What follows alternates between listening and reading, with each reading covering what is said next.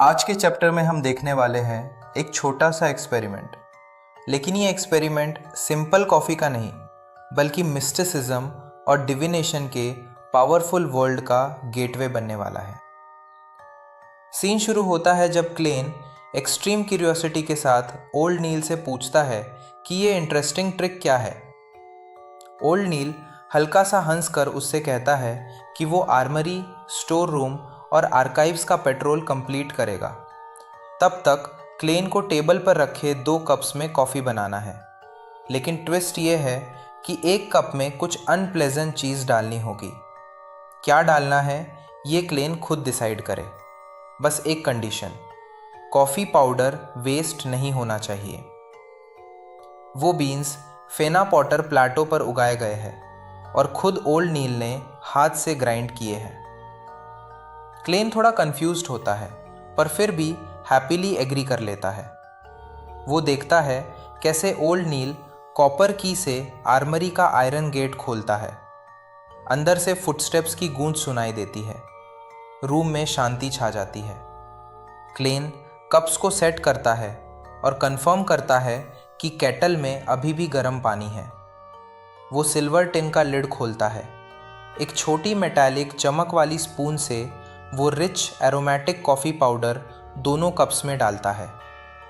फिर गर्म पानी डालकर स्टर करता है। एक ट्रांस माइग्रेटर होने के नाते जो रिसोर्स रिच एरा से आया है, कॉफ़ी उसके लिए नई नहीं है। लेकिन उसका एक्सपीरियंस सिर्फ इंस्टेंट कॉफ़ी तक लिमिटेड रहा है। कॉफ़ी रेडी होने के बाद वो कुछ पल सोचता है, फिर कैजुअली अपना राइट लेग क्रॉस करता है। लेदर बूट्स के नीचे चिपकी हुई थोड़ी सी मिट्टी निकालता है और लेफ्ट कप में डाल देता है। वो उससे ध्यान से स्टर करता है, इतना केयरफुली कि दोनों कप्स का कलर और स्मेल ऑलमोस्ट आइडेंटिकल हो जाता है।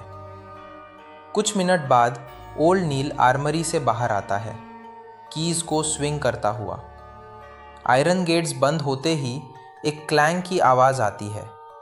उसकी थोड़ी turbid dark red eyes Klein की तरफ मुड़ती है। क्लेन कंफर्म करता है कि काम हो चुका है। ओल्ड नील अपनी रिस्ट से सिल्वर चेन निकालता है और टेबल पर बैठ जाता है।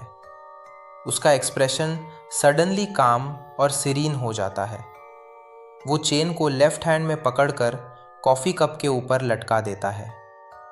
मूनस्टोन लिक्विड को ऑलमोस्ट टच कर रहा होता है। रूम में एक अजीब सी शांति होती है और फिर अचानक मूनस्टोन ट्रेम्बल करता है।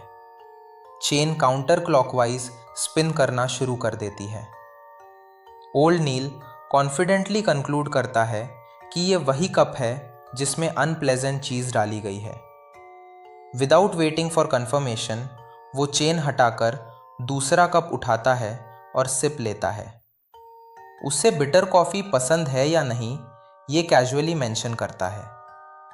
क्लेन का फोकस कॉफ़ी पर नहीं बल्कि टेक्निक पर होता है। वो इंटरेस्ट के साथ पूछता है कि क्या ये एक्यूरेसी मूनस्टोन की वजह से है। ओल्ड नील डिटेल में एक्सप्लेन करता है कि ये पेंडुलम डाउसिंग या स्पिरिट डाउसिंग कहलाता है। ये इंसान के एस्ट्रल प्रोजेक्शन और स्पिरिट वर्ल्ड के कनेक्शन पर डिपेंड करता है। क्रिस्टल्स, जेम्स या स्पेशल मेटल्स जैसे नेचुरल मटेरियल्स के थ्रू स्पिरिचुअल इंटेलिजेंस से कम्युनिकेशन होता है। काउंटर क्लॉकवाइज का मतलब बर्ड या फेलियर, क्लॉकवाइज का मतलब गुड या सक्सेस। अगर पेंडुलम मूव ना करे तो चीज़ न्यूट्रल है। लेकिन एक इम्पॉर्टेंट रूल है, स्टेटमेंट यूज़ करना होता है, क्वेश्चन नहीं।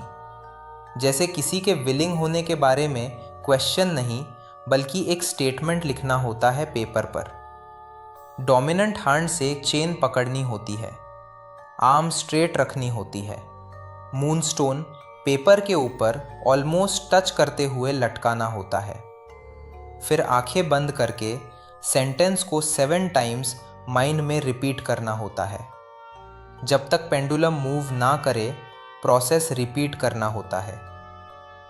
क्लेन ये सब अब्जॉर्ब करता है और रियलाइज़ करता है कि ये ट्रिक कितनी यूज़फुल हो सकती है। अनफेमिलियर एनवायरनमेंट में फूड पॉइजनस है या नहीं बिना बायोलॉजी नॉलेज के भी पता लग सकता है, लेकिन लिमिटेशन भी क्लियर है। ये सिर्फ येस नो टाइप आंसर्स देता है। कॉम्प्लेक्स सिचुएशंस जैसे हार्मफुल चीज़ जो प्रोसेसिंग के बाद बेनिफिशियल बन जाए, उनका डीपर एनालिसिस ये नहीं कर सकता। क्लेन साइलेंटली डिसाइड करता है कि उसे जल्दी से पैसे बचाकर खुद का स्पिरिट पेंडुलम बनाना होगा, क्रिस्टल्स या प्योर सिल्वर का। ओल्ड नील पजल्ड हो जाता है और बताता है कि अप्लाई करने पर स्टैंडर्ड इशू मिल सकता है।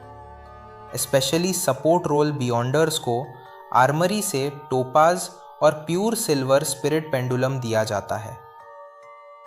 क्लेन हेजिटेट करता है क्योंकि वो अभी फॉर्मल मेंबर नहीं है, लेकिन ओल्ड नील एक्सप्लेन करता है कि बियॉन्डर्स को कन्वीनियंस देना ज़रूरी है क्योंकि सैलरी इंक्रीज तो होता नहीं, इसे पर्क कहना ज़्यादा सही होगा। क्लेन सीक्रेटली फिस्ट क्लेंच करता है, डिसाइड करता है कि कैप्टन से अप्लाई करेगा और फिर ऑफिशियली मिस्टिसिज्म क्लास शुरू होती है। ओल्ड नील पूछता है सिंबॉलिज्म का मतलब क्या है। क्लेन अपने स्पिरिट वर्ल्ड और ग्रे फॉग के एक्सपीरियंसेस रिकॉल करता है और एक्सप्लेन करता है कि स्पिरिट वर्ल्ड सेंसरी वर्ल्ड से बियॉन्ड है। वहाँ के एक्सपीरियंसेस एब्स्ट्रैक्ट कैरेक्टर्स और पिक्टोरियल सिम्बॉल्स के फॉर्म में अपीयर होते हैं। ये सिम्बॉल्स अलग अलग मीनिंग्स रिप्रेजेंट करते हैं। ओल्ड नील इम्प्रेस्ड होता है। वो बताता है कि टेरोट कार्ड्स के पिक्चर्स और उनके एलिमेंट्स भी मैन मेड सिम्बॉल्स है जो प्राइमोर्डियल रेवलेशंस को इंटरप्रेट करने में मदद करते हैं। फिर वो पेपर पर एक शॉर्ट कर्व ड्रॉ करता है, नीचे कुछ वर्टिकल लाइंस ऐड करता है। क्लेन थोड़ी देर देखकर आईलैश गेस करता है। ओल्ड नील साय करता है और बताता है कि ये बम्पर हार्वेस्ट कॉन्स्टलेशन का सिंबल है। फिर थंडरस कॉन्स्टलेशन और फ्रॉस्ट कॉन्स्टलेशन के सिंबल्स ड्रॉ करता है। क्लेन मेमोराइज करता है और कमेंट करता है कि नेम्स थोड़े अनसोफिस्टिकेटेड लगते हैं। ओल्ड नील मेंशन करता है कि एम्परर रोजेल भी ऐसा ही सोचता था। वो नेम्स को वर्गो, कैंसर, स्कॉर्पियो जैसे मॉडर्न नेम से रिप्लेस करना चाहता था, लेकिन ट्रेडिशन के अगेंस्ट स्ट्रेंथ नहीं थी।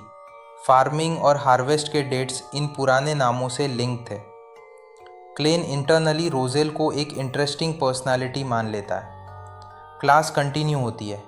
सन, crimson moon, brown star, red star, blue star सबके सिंबल सिखाए जाते हैं। डिविनेशन एस्ट्रोलेब का ड्राइंग, क्रिस्टल बॉल क्रिएशन के मटेरियल्स, इनकैंटेशंस के चॉइसेस, सब डिटेल में। इन्फॉर्मेशन इतनी हैवी है कि अगर सीर पोशन ने मेमोरी बूस्ट ना दिया होता तो क्लेन कब का ओवरवेल्म हो चुका होता। फाइनली क्लास एंड होती है। ओल्ड नील गोल्ड पॉकेट वॉच देखकर टाइम चेक करता है और हिस्टोरिकल डॉक्यूमेंट्स रीड करने को कहता है, जिन्हें देखकर खुद उसे फियर फील होता है। फिर वो एक इम्पॉर्टेंट बात एम्फेसाइज करता है, सिर्फ मेमोरी इनफ नहीं, डेली प्रैक्टिस, कॉजिटेशन और रियल यूजेज से ही पोशन की पावर को ग्रास्प किया जा सकता है और अनप्लेजेंट इफ़ेक्ट्स रिमूव किए जा सकते हैं। ये सुनते ही क्लेन एक्टिंग मेथड और डिविनेशन क्लब याद करता है। वो बताता है कि उसकी पोशन एबिलिटी डिविनेशन से लिंक्ड है और प्रैक्टिस के लिए लोगों से इंटरैक्ट करना ज़रूरी है। वो नॉर्थ बरो के हाउस स्ट्रीट वाले डिविनेशन क्लब ज्वाइन करना चाहता है जब पैसे हो जाएंगे। ओल्ड नील बताता है कि डेली भी रियल स्पिरिट मीडियम बनना चाहती थी और फिर एक शॉकिंग सजेशन देता है, वेट क्यों, कैप्टन डन से एक्सपेंस अप्रूवल ले लो। डिविनेशन क्लब में कल्टिस्ट्स या ईवल ऑर्गेनाइजेशन मेंबर्स हो सकते हैं। Nighthawks manpower shortage की वजह से कंटिन्यूस मॉनिटरिंग नहीं कर पाते। अगर क्लेन मेंबर बन जाता है तो मॉनिटरिंग का काम भी हो जाएगा। क्लेन डम फाउंडेड रह जाता है। प्राइवेट मैटर के लिए एक्सपेंस क्लेम, ये उसने कभी इमेजिन नहीं किया था। लेकिन जब ओल्ड नील कैजुअली पूछता है कि क्या वो अपने पैसे से करेगा, तब प्लेन इंस्टेंटली डिसाइड करता है कि कैप्टन को रिपोर्ट करेगा। सीन के एंड में ओल्ड नील की नज़र वापस उस कॉफ़ी कप पर जाती है जिसमें डर्ट मिली हुई थी।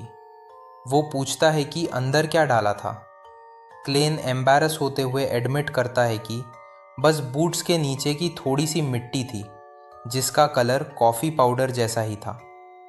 और ये सुनते ही ओल्ड नील का रिएक्शन एक्सप्लोसिव हो जाता है। वो अपना मुंह पकड़कर रोर करता है कि अभी तक उससे क्यों नहीं फेंका गया।